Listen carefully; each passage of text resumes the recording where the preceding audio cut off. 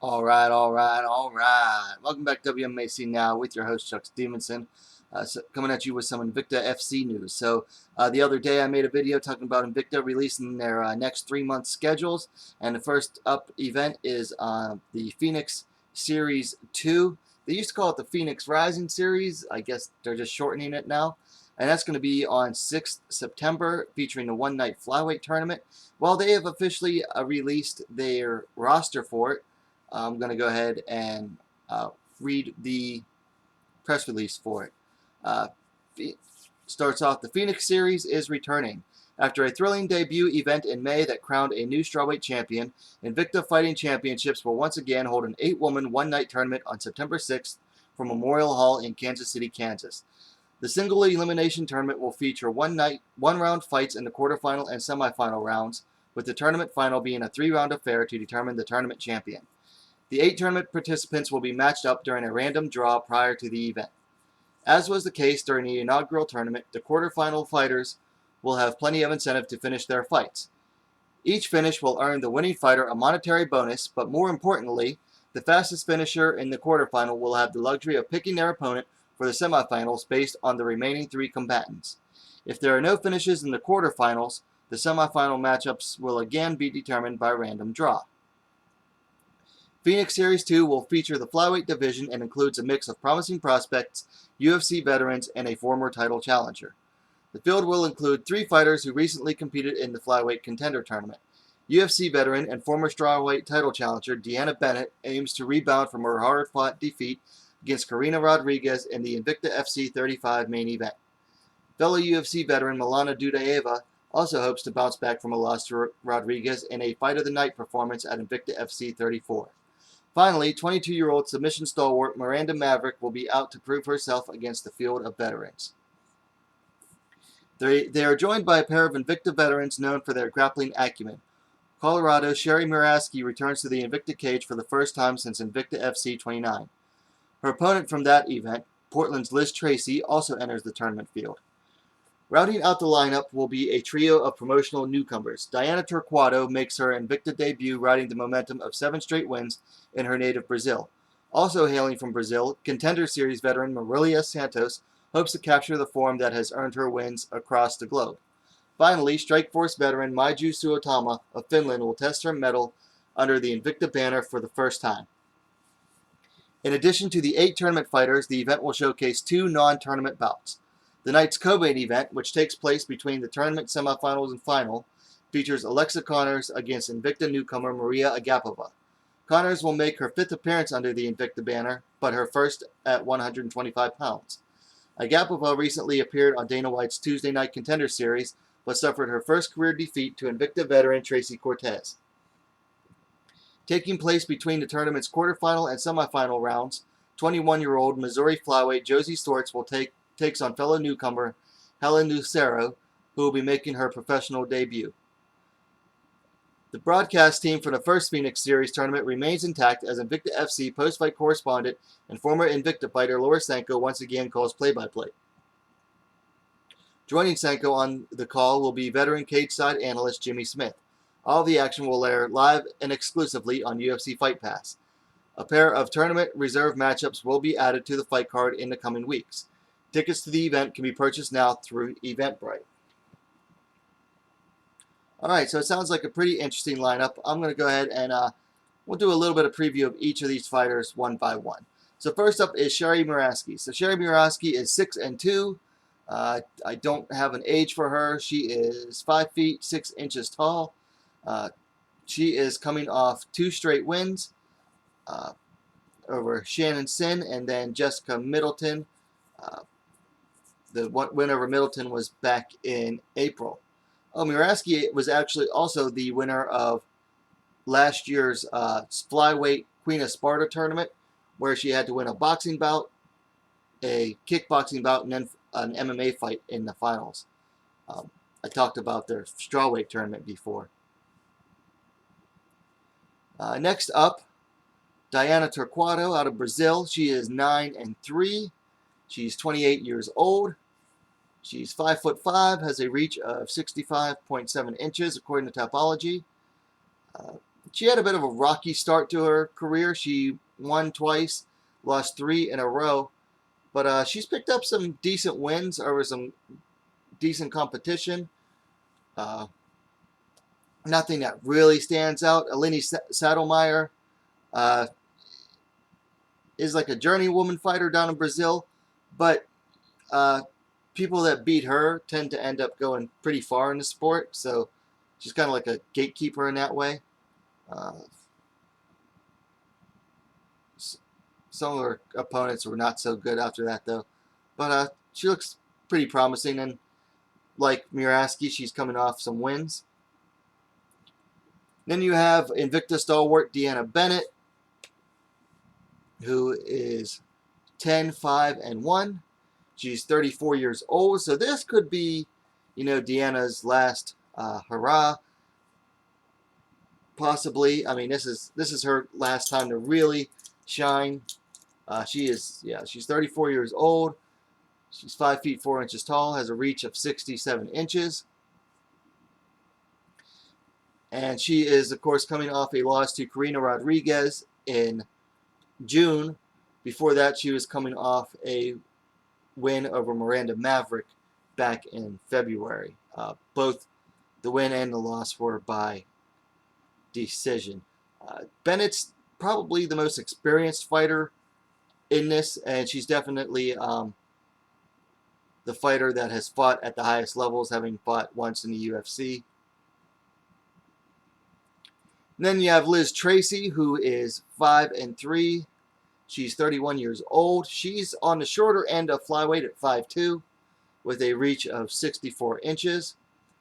She is coming off a loss to Stephanie Geltmacher at Invicta 32 last November. Before that, she was riding a couple wins over Susie Watson and fellow tournament entrant Shari Moravsky.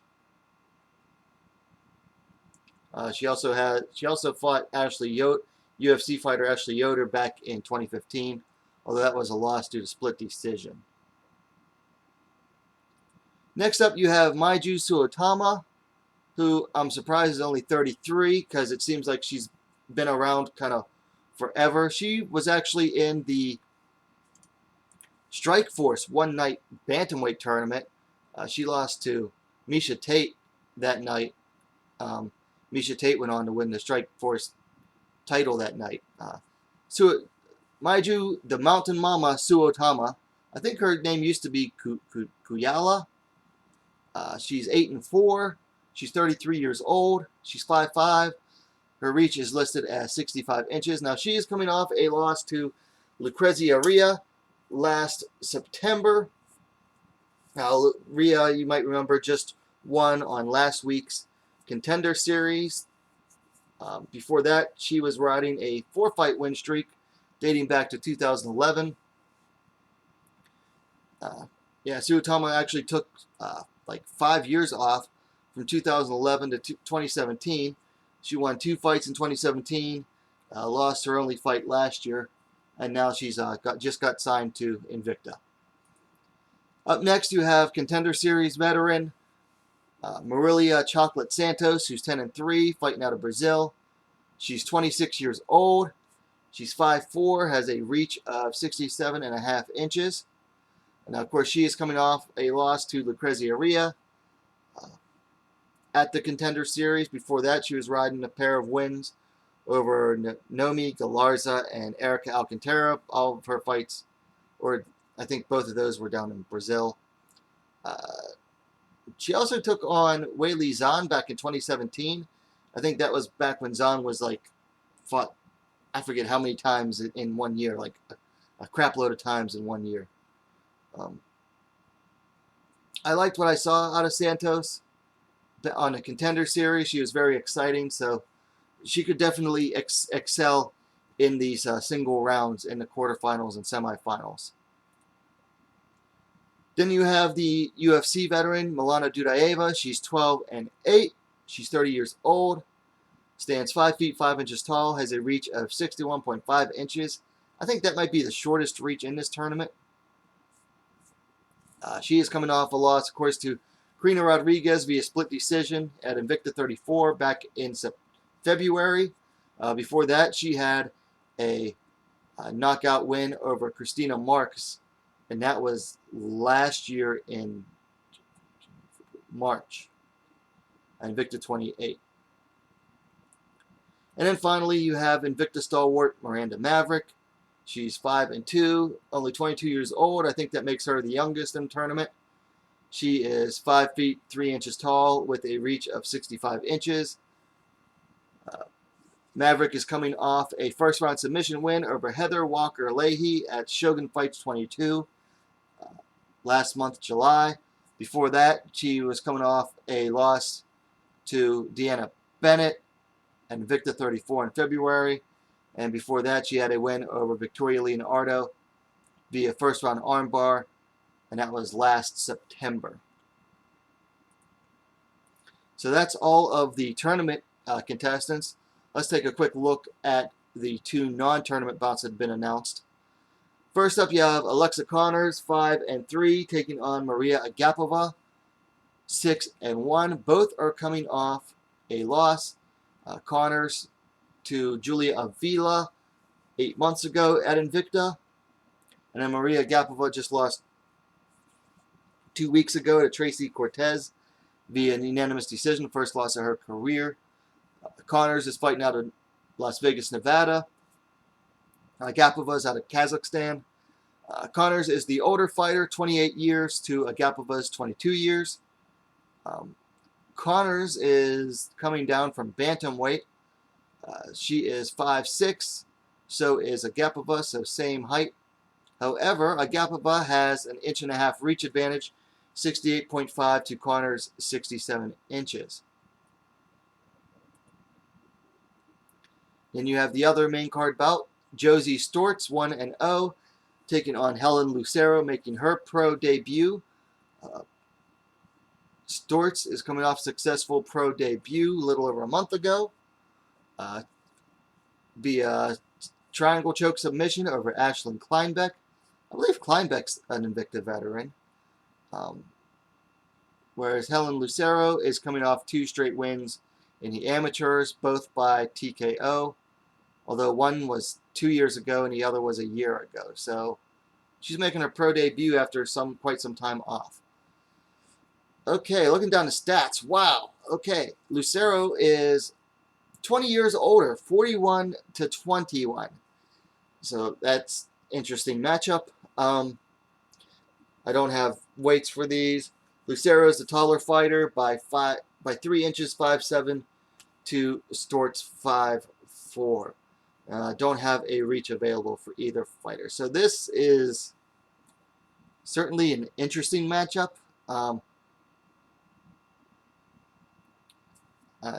Looks like the matchmakers were digging deep in the barrel for this one. Okay, so there you have it, the Invicta Phoenix Series 2 lineup so far. Now, of course, they're going to have a random draw sometime before the event, and then to go over the matches. Of course, we'll be doing a preview video for that sometime, probably the week of the event. And, of course, they're going to announce 2 tournament reserve bouts as well. Now, the reserve bouts are kind of weird because from what one of the fighters was telling me after the last Phoenix Rising tournament, it was even if you won your reserve bout, you most likely weren't going to get into the tournament anyway, because apparently if a fighter gets injured, then they would bring back the loser of that bout or one of the other losers. I don't know. I think that's kind of silly. You have the reserve bouts for a reason, so bring in the winner of the reserve bout. But that's how they wanted to run it. Anyway, let me know what you think about the lineup here in the comments down below. Likes are always appreciated. And hey, what are you waiting for? Subscribe to WMMA now, the best women's mixed martial arts dedicated platform on YouTube. And we'll see you next time.